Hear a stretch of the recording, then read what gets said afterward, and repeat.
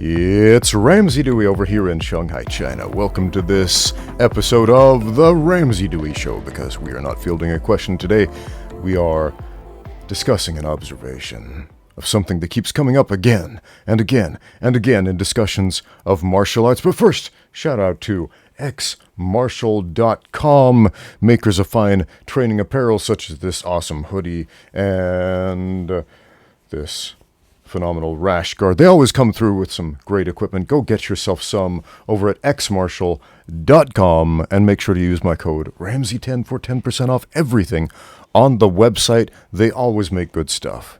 xmartial.com. Go check them out. Now, on to today's topic.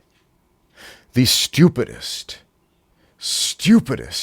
argument against learning how to grapple. I do not know why people do this. I don't know why you would deliberately want to impede your own development as a martial artist by saying, hey, I'm going to ignore a huge percentage of what a fight is. I'm going to ignore half of what a fight is, often more than half of what a fight is. The stupidest argument against learning how to grapple often stems from ignorance of what grappling actually is. Often people hear grappling and their minds gravitate toward a grappling tournament where they see people butt scooting and milking rules to try to score a point or something like that. And they think, well, that looks dumb and ineffective and that wouldn't work on the streets. So I was looking at Instagram the other day, and I always mispronounce this guy's name. Mike Musha. I have no idea how to say his name. He's a grappler. You know who I'm talking about. Mikey, he loves pasta. And he loves grappling, and he's very good at it. And he makes a post where he's doing a heel hook. He's doing some jiu-jitsu like he always does. And I'm reading the comments. And of course, among these comments are one that I have heard hundreds of times on my own channel, and I will read it to you verbatim, and I have heard this verbatim hundreds of times from hundreds of people thinking they are the original progenitor of this idea. Try that on the streets against a bunch of guys, and you will get your head stomped in. I got some newsflash. I got a news flash for you.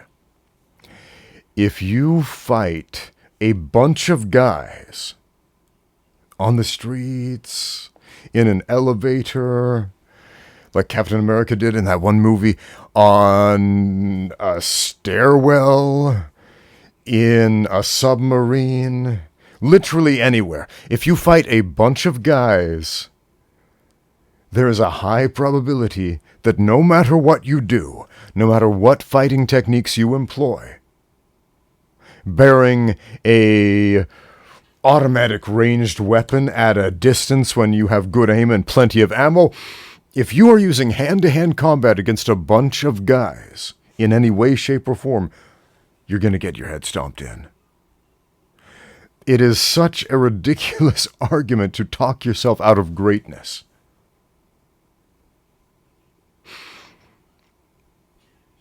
It reminds me a little bit of arguments we used to make when I was a kid in math class. But Mr. Gasparati, that was our math teacher, Mr. Gasparati. Shout out to Mr. Gasparati. I don't know if he's still around, but he was a math teacher, and he would often say, you will use all of this in your everyday life. You will use algebra. I used algebra to get out of a parking ticket once. Something like that. I don't remember the exact story, but Mr. Gasparati was passionate about math and how you would use it in every aspect of life, and the students were passionate about how, no, we certainly would not use algebra in our everyday lives. That seemed quite silly. But what were we doing there? We were essentially trying to talk ourselves out of learning something useful and important, and whether or not you use algebra to talk yourself out of a speeding ticket or a parking ticket, whatever it was, learning mathematics is something that will expand your mind. It is something that can increase your capacity for logic and reason and higher consciousness, if you will. None of that's bad. All of that's good. So why would you talk yourself out of greatness? 'Cause it's hard? Nothing worthwhile comes easily. If you don't want to learn how to grapple, that's fine. You don't have to be a good fighter. You don't. Most people will never get in a fight in their lives. Most people watching this have never been in a fight in their lives. And if you have, it was like a schoolyard scrap and nothing too serious. Most of you. Most people training for self-defense will never be in a self-defense scenario. It's just how it is.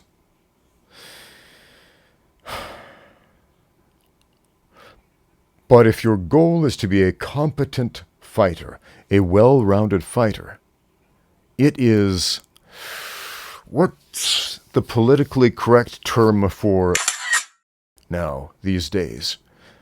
What is the politically correct term for that? It is really, really dumb. Are we going to get canceled over that? Anyway, it's not good. It's a silly idea. It's stupid.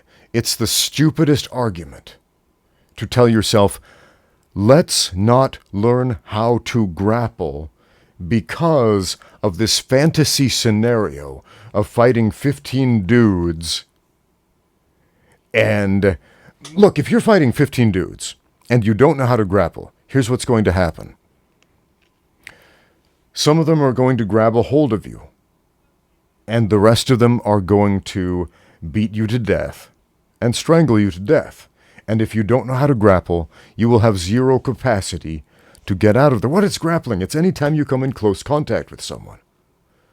It is any form of grabbing, pushing, pulling, gripping. It happens standing up. It happens clinching. Any form of a clinch is grappling. It happens on the ground. It happens at all ranges of combat. Have you ever watched a boxing match? If you think grappling is silly, watch a boxing match. Any of them. Any of them. And notice how often the boxers, after an exchange of punches, will clinch, and they will hold, and the referee will separate them. There's a break. And then he will say, fight again. Now imagine that boxing match happening without that rule.